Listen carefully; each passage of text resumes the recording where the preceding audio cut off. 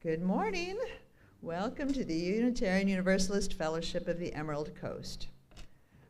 If you look at our clock, it's about 15 minutes off. It is 10 o'clock, and you're all already sitting down, which actually threw me. Like, is it really 10:30, or why are you all sitting down? Good for you. I'm Amanda Pyburn, a member of this fellowship and your service leader this morning. I'm filling in for Jay Patrick, who wasn't feeling well today, but he did prepare the service. So I'm just reading his words. If you're visiting today, we especially welcome you.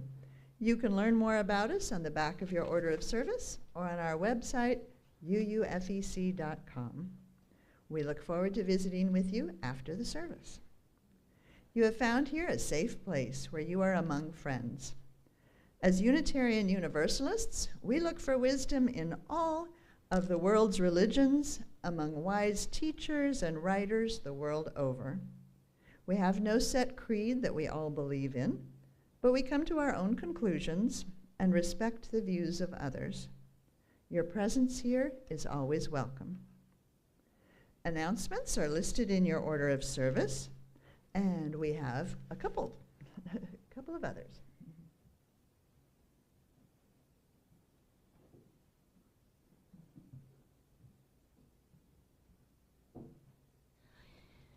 Good morning. So a few people have been inquiring about when our Christmas party is going to be held, or if we're having a potluck.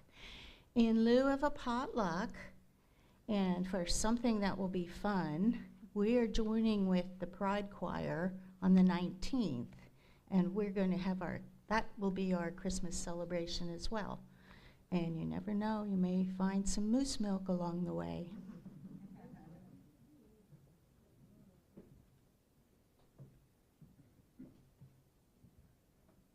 Good morning. My name's Jane Park, and with Stacy Shanks, co-chair of the Social Justice Committee.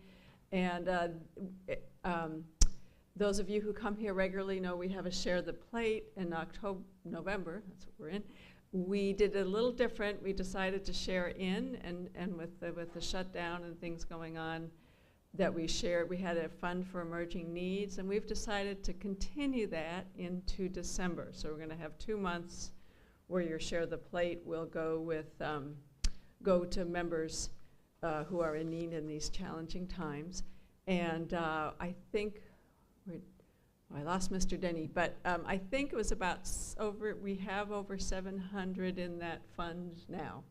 And some of that come from collection, and some of that might be from other funds, but we have 700. And I was going to say, it's in your order of service. It's a big, long paragraph, but it tells you who to reach out to. It gives details. I won't read them, but if you or someone you know is in need, we provide relief for utility bill or grocery purchases.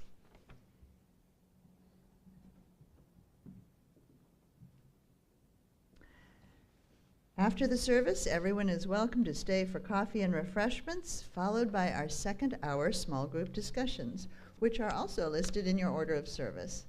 Today we have What is UU with Deborah Baker Ryan in the library, Ancient History of Religions if Lauren is here, choir practice with Cecile in the Harmony Room, and if you'd like to discuss the topic today, speaker circle up front.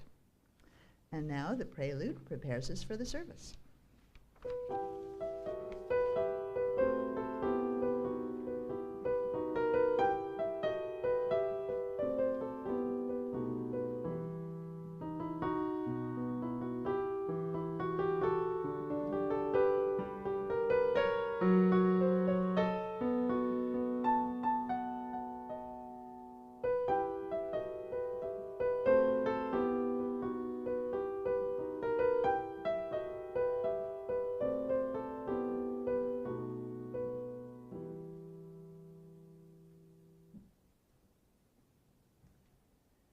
Shua, would you come help us with the chalice sliding?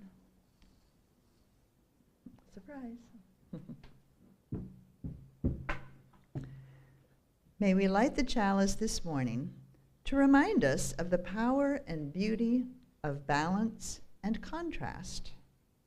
It is darkness that can make the flame of a single candle so powerful, and a light that deepens those shadows in turn. A chalice flame is a meeting point, the union of the refuge, safety, and incredible beauty of darkness, and the warmth, the assurance, and the joy of light. May this act of lighting our chalice remind us that we are stronger together in all the complexities and the disagreements of relationship, because we are different and because we are one. Our opening words are by the Reverend Kathy Hurt.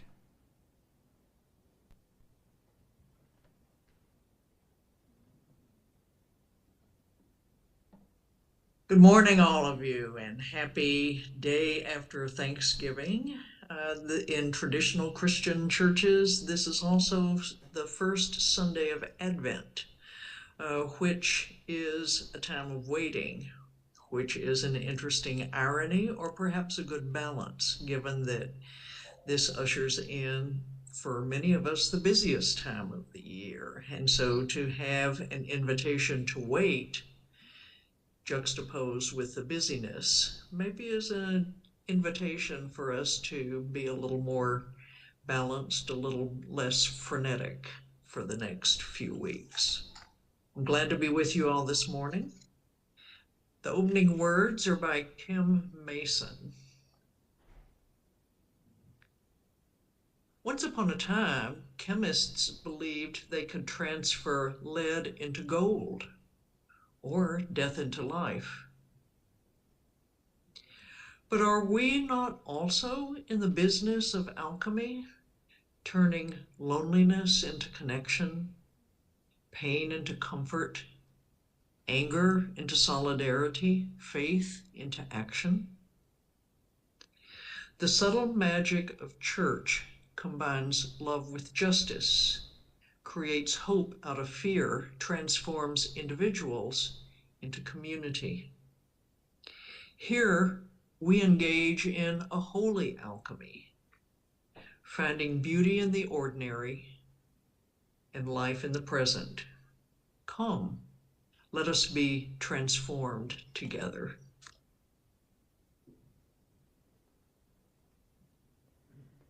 Please stand in body or in spirit to sing our opening hymn, Come Sing a Song With Me. It's 346 in the gray hymnal, but it's very easy and the words are on the screen.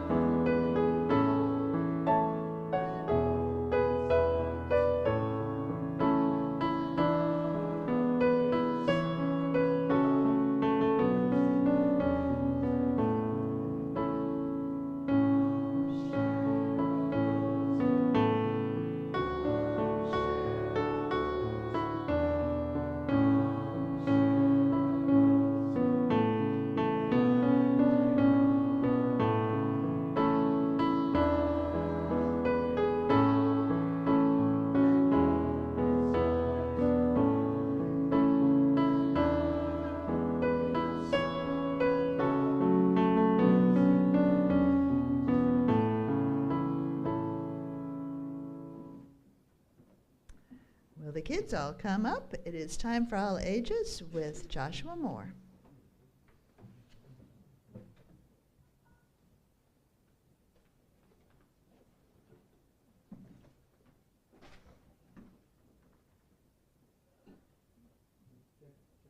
Hello, awesome, thank you. Hello, friends. As Amanda said, I'm Joshua Moore. I'm the Director of Religious Exploration here at UUFEC. As Unitarian Universalists, we are free to seek truth from all kinds of sources, from nature, from old texts or teachers, from each other's faces. Together, with the kids in RE, we have been embarking on a survey through major world religions. And recently, we've been exploring the teachings of the man Jesus and seeing what truth that they could hold for UUs in 2025. For me, this whole experience has been truly healing.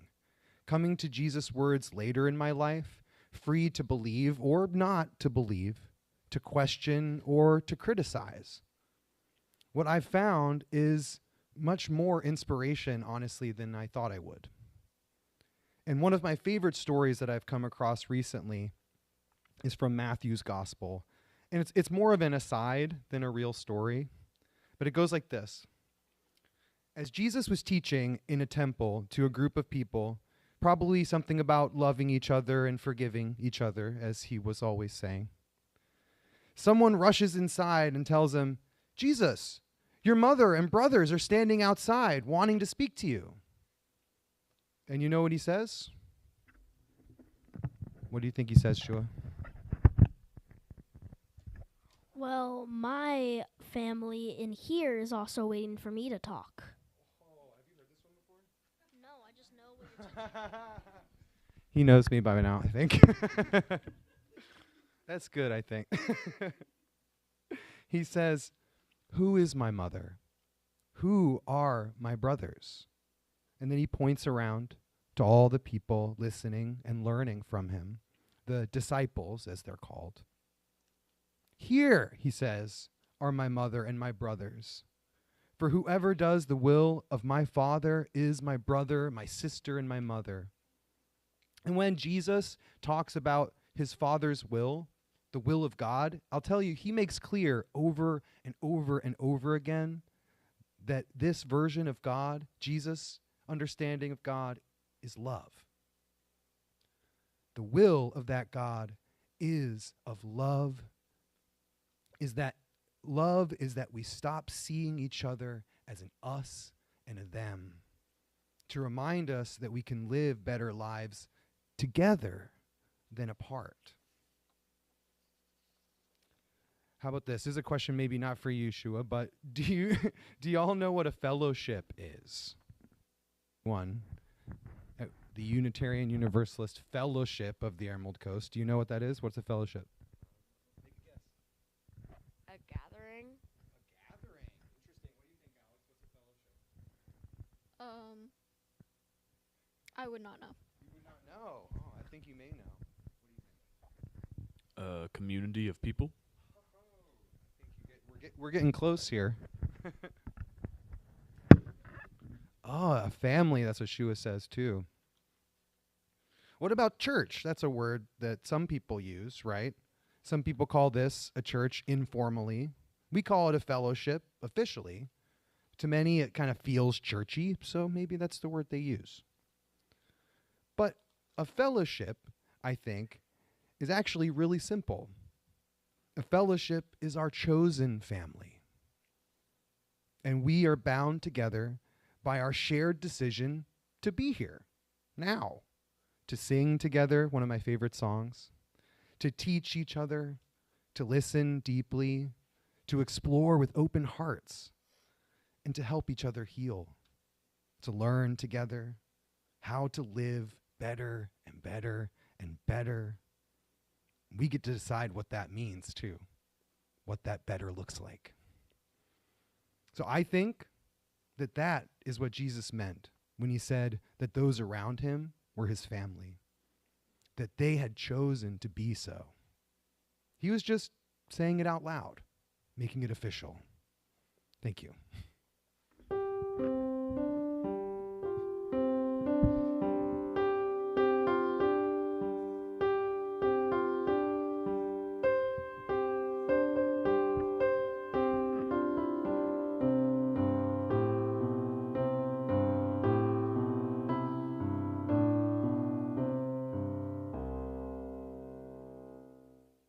sharing of joys, milestones, and concerns is a tradition in our fellowship. You're welcome to come up to the mic, drop a glass pebble into the bowl while sharing a few words about your joy or concern. This practice shares our joys and helps us support each other in sorrow. Remember to tell about others only with their permission. This is a sacred time for us.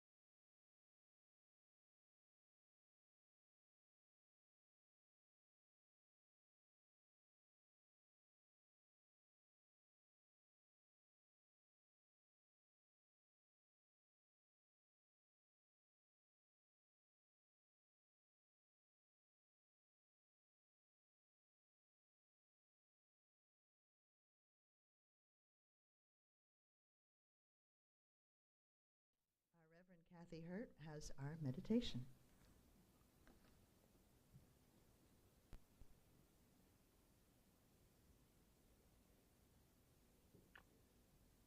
Please join now in a spirit of reflection, meditation, and prayer.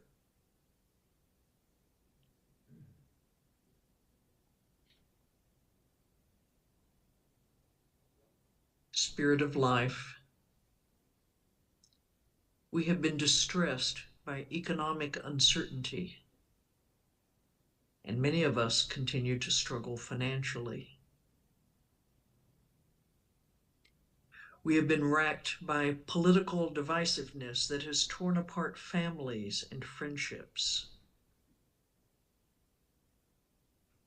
We have been troubled by racial injustice and prejudice that continues to divide us at a time when we need one another more than ever.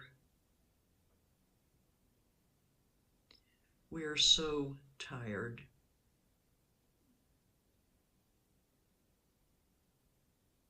And still, we are grateful. Grateful for the earth that produces the food we eat.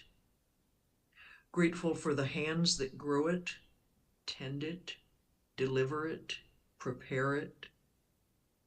Grateful for the warmth of the sun and shelter from the cold. Grateful for those who work to heal our sicknesses. Grateful for our families and friends, even though we may find ourselves apart during these holidays. Grateful for one another and for the opportunity to begin again in love, to address our differences and mend our relationships. Grateful for the gift of life itself. Despite it all, because of it all, we are grateful. Amen.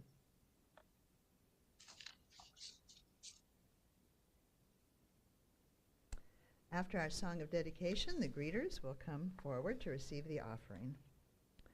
Generosity is a spiritual practice.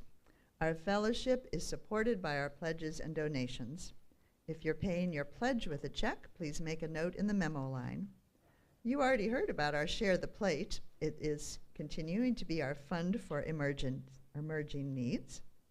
So please be generous.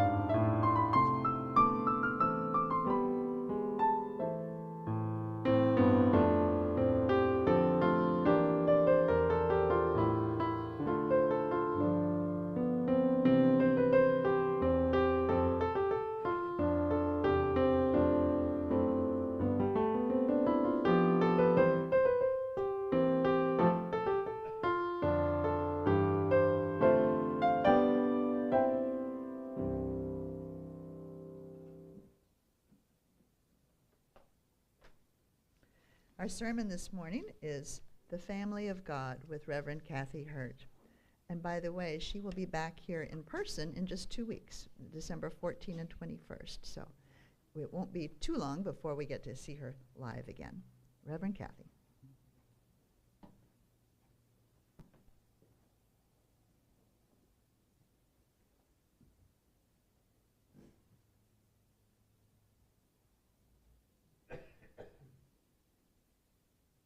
This morning, let's start with an imaginary scene. And you can do this with your eyes open or closed, whichever works best for you.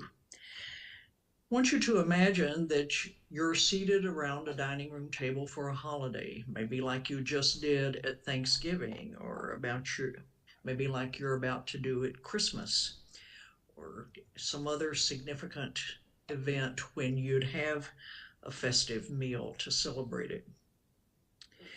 Around that table with you are 5 others, so that makes 6 around the table. Only 6, no more. If you want to celebrate a holiday or a special occasion with the people you most love and consider to be truly your family through birth, adoption, marriage, people who are family in the sense of sticking with you over time no matter what. Keeping in mind that guideline, who is seated at that table with you? In your imagination, look around that table. Savor the faces who are looking at you with love. Now imagine that we've added a leaf to your dining room table so you can accommodate 12 for a holiday or celebratory dinner, 11 others plus yourself. You still want that table to include people who are truly your family, whether family by birth, adoption, marriage, or whether they are what is sometimes called your family of choice, the people you have determined who will be forever connected to you. Who have you added to the table to join that first table of 5? Who are these additional family members? Imagine looking around the table, letting yourself enjoy seeing the faces of people you love who love you.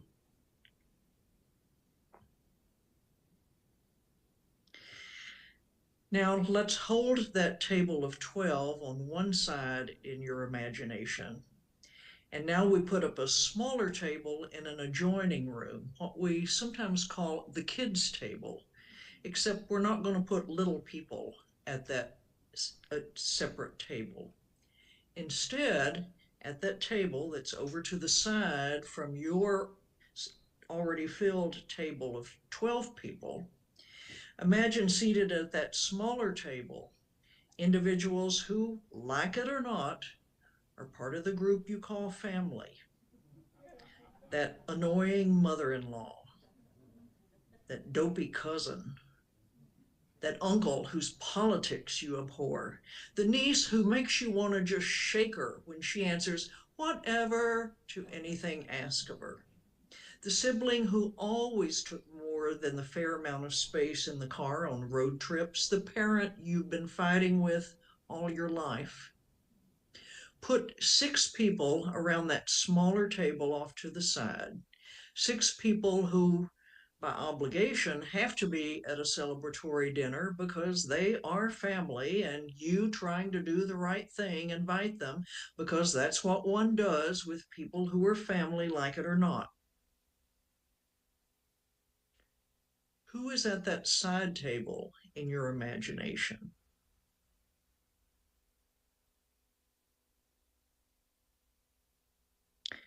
And now close off that imaginary scene.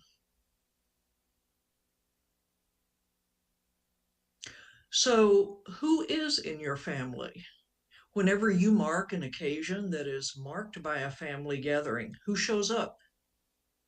We have those family members who come to us by virtue of birth or marriage or adoption, and we have no say in the matter.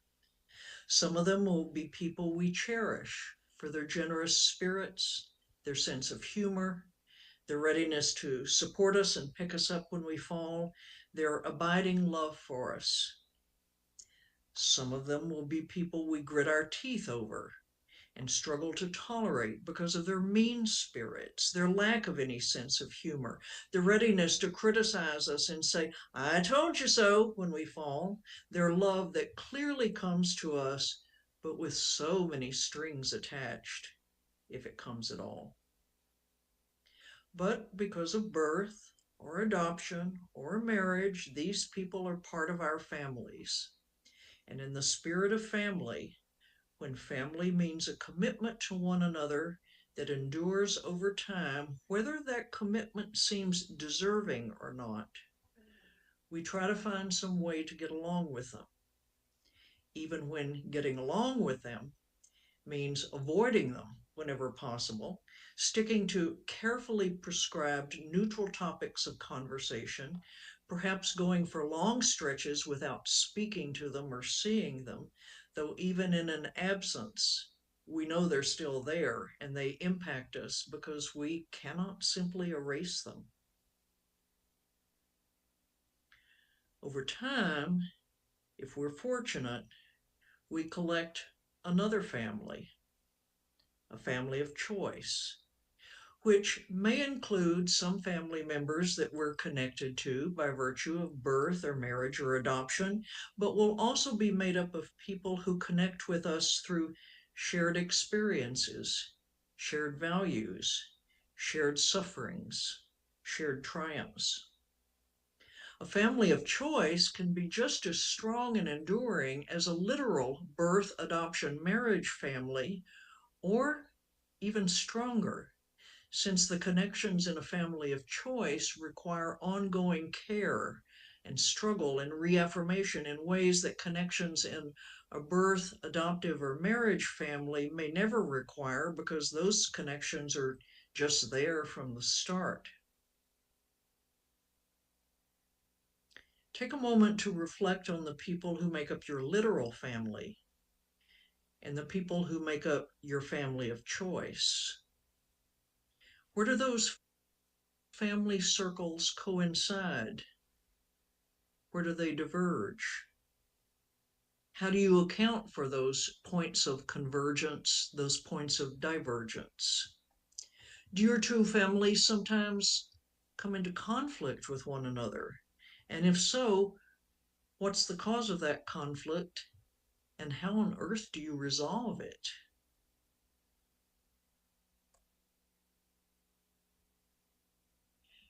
The first time I brought a friend home from college to meet my birth family, she was amused by the disparity she saw between the people I grew up with and the kind of person she had come to know as a college friend. Her comments about that disparity provided my first recognition of the way a growing family of choice that I was finding at college would be different, very different, from the family I entered at birth. That gulf between birth family and family of choice got wider once I moved away from Texas, set out to become a Unitarian Universalist minister, married a symphony violinist, raised a son in Minnesota. More and more, my life took me into value systems, lifestyles, politics, spiritual practices that had never been present in my original small town Texas family. Visits back to my Texas home could be jarring whenever I made some effort to introduce those diverging families and diverging worldviews to one another, since there seemed to be absolutely nothing in common, no place for them to meet. I came to believe that I would simply have to accept a fundamental schism in my life, a schism between the child I had been and the adult I had become, and give up any hope of reconciling those parts of my experience. That division made for a sense of loss around holidays and important occasions, times when families come together, but my own different families usually remained apart, requiring me to choose which family I would spend time with rather than trying to have celebrations that included everyone. In that celebratory dinner imaginary scene we began with, most of my birth family ends up at that outlier table where the family you're obligated to include is seated. And honestly, I'm fairly sure that if my birth family members were invited to do such an exercise, most of them would place me at their own outlier table as well.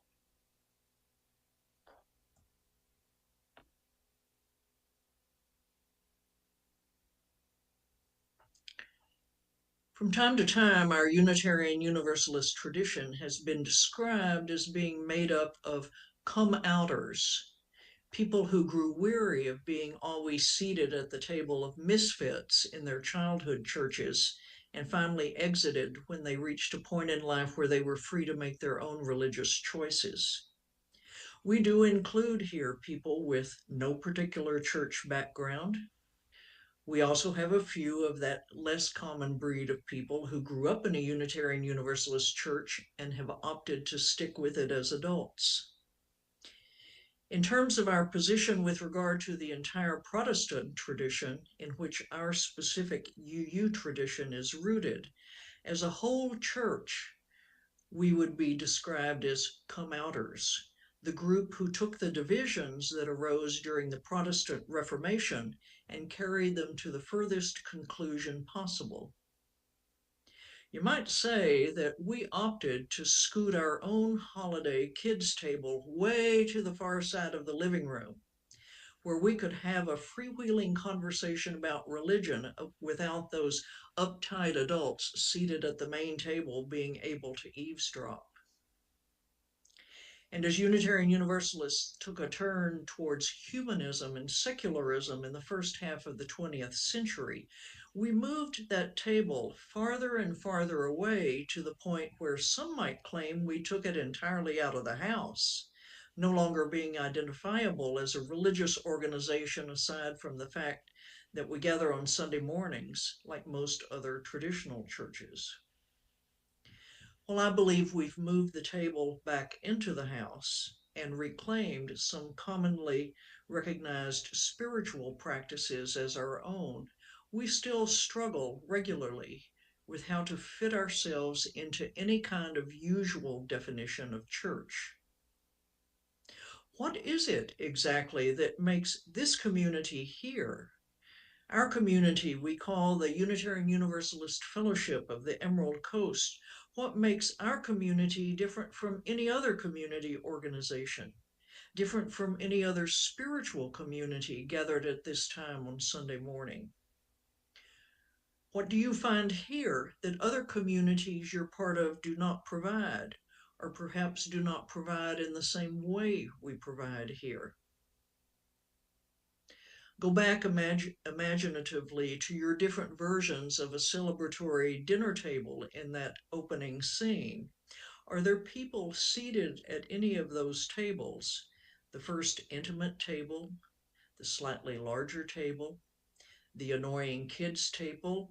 Are there any people seated at those tables in your imagination who are part of your family by virtue of being members of this community?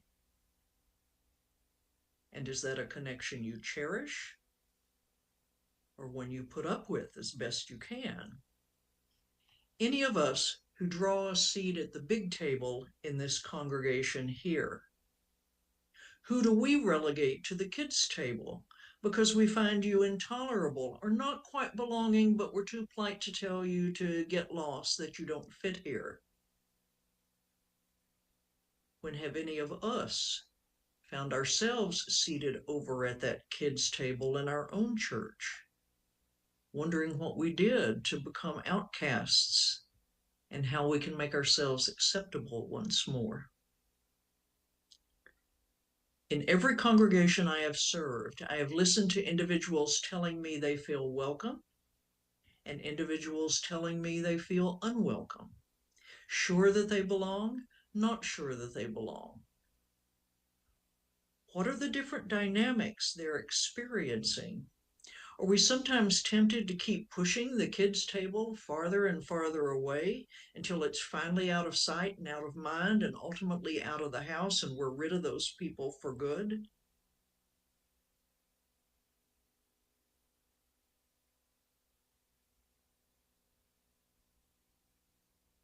For many of my early years as a Unitarian Universalist minister, I carried the comfortable assumption that too often UUs carry, namely that, of course, being religious liberals means being political liberals. Of course, we all vote the Democratic Party ticket, or perhaps some other politically liberal party ticket. Of course, we all enjoy heaping scorn on political conservatives.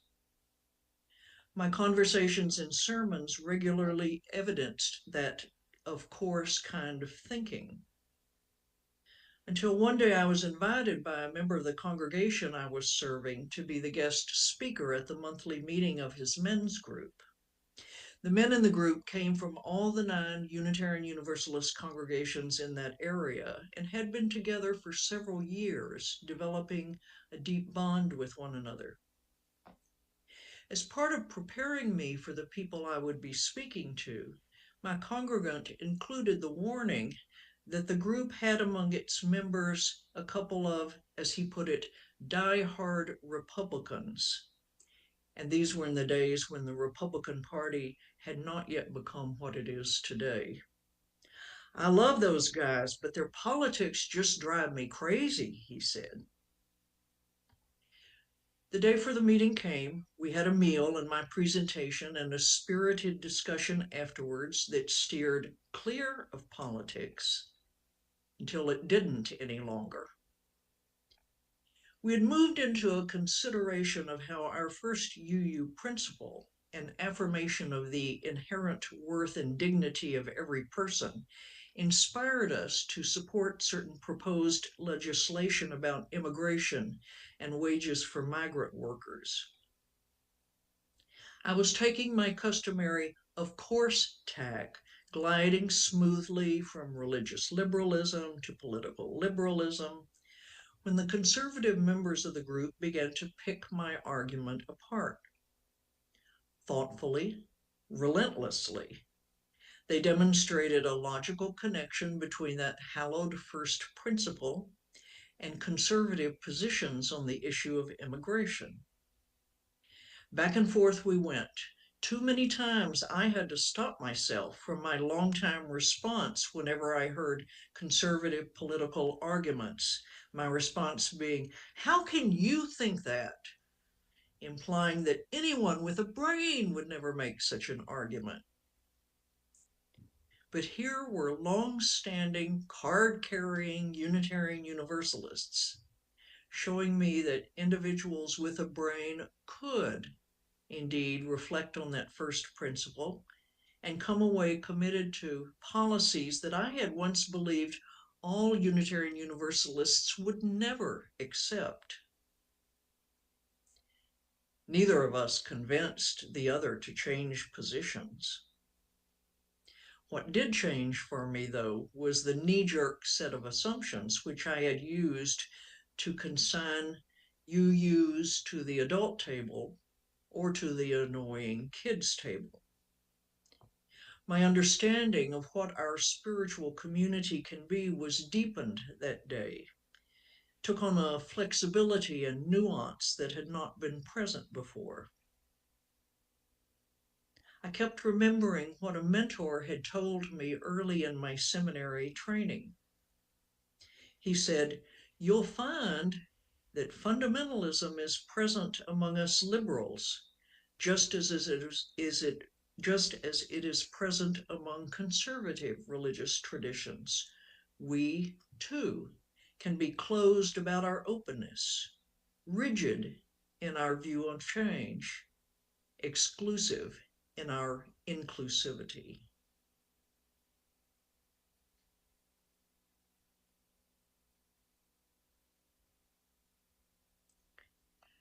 Francis David one of our Transylvanian Unitarian ancestors, taught that, in his words, we need not think alike to love alike.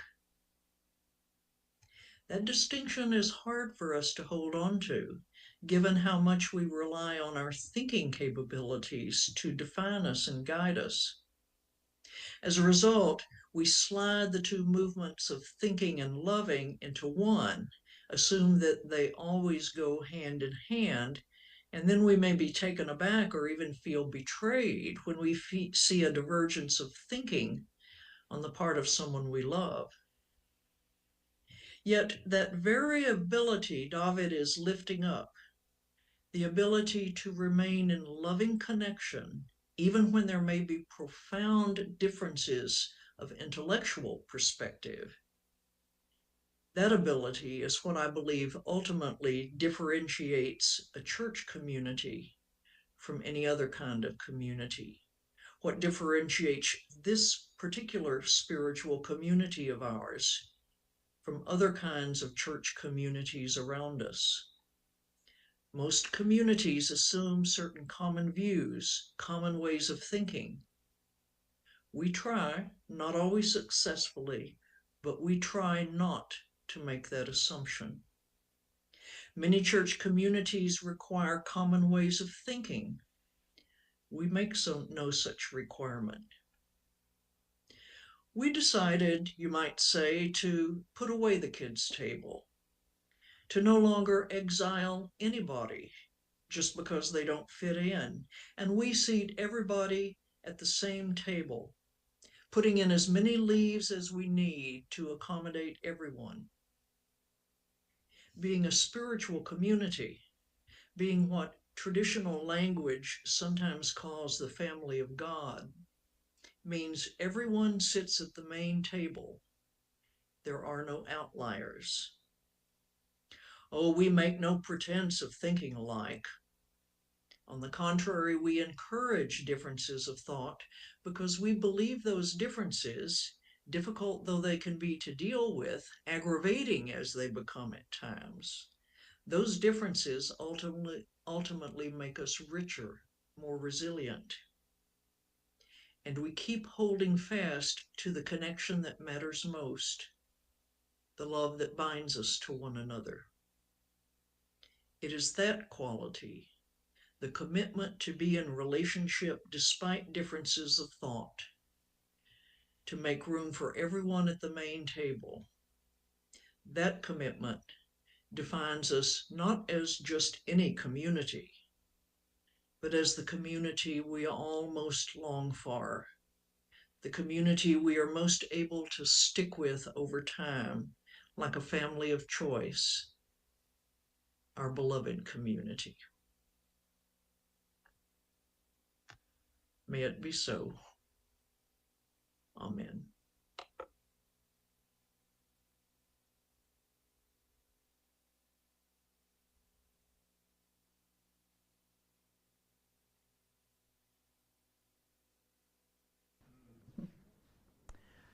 Our next hymn, if you look in the book, it's called Standing on the Side of Love. But it is not what we're singing. It has been changed to Answering the Call of Love by its composer, Jason Shelton. In making this change, Jason described an experience in which an individual who relied on a wheelchair kept confronting him, asking how she was supposed to sing such a hymn when she couldn't stand personally. So Jason changed the words to make it more inclusive and singable by everyone, no matter what abilities they had or didn't have.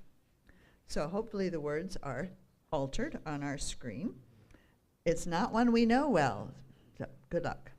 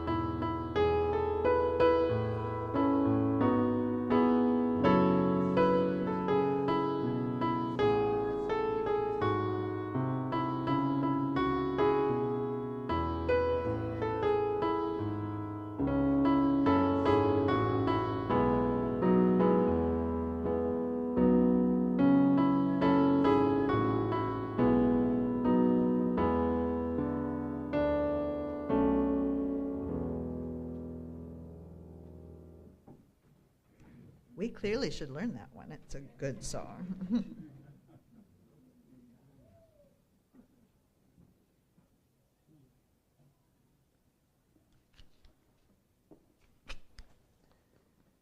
Knowing how quickly the flame of truth may be extinguished, how easily the chalice of fellowship broken, let us be vigilant in faith, keep peace in our hearts, and make care for one another, the watchword of our lives together, so our light goes out everywhere, but not out like that, out into the world.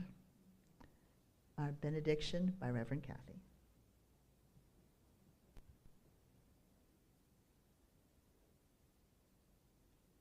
It was good to be with you all this morning, albeit virtually.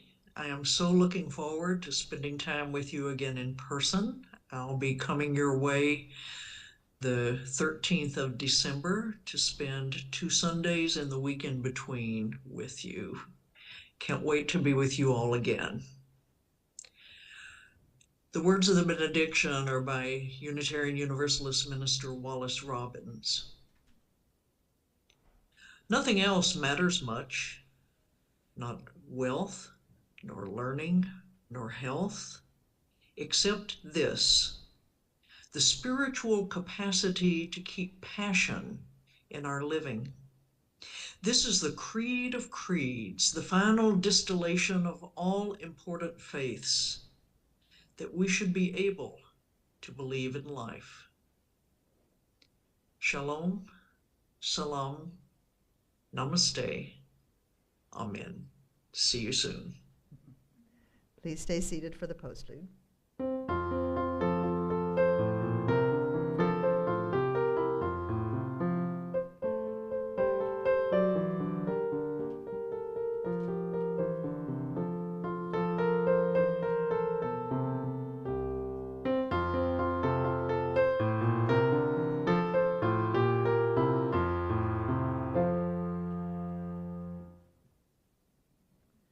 Thank you all for coming. Thank you for those who created the slideshow, ran the tech, played the beautiful music.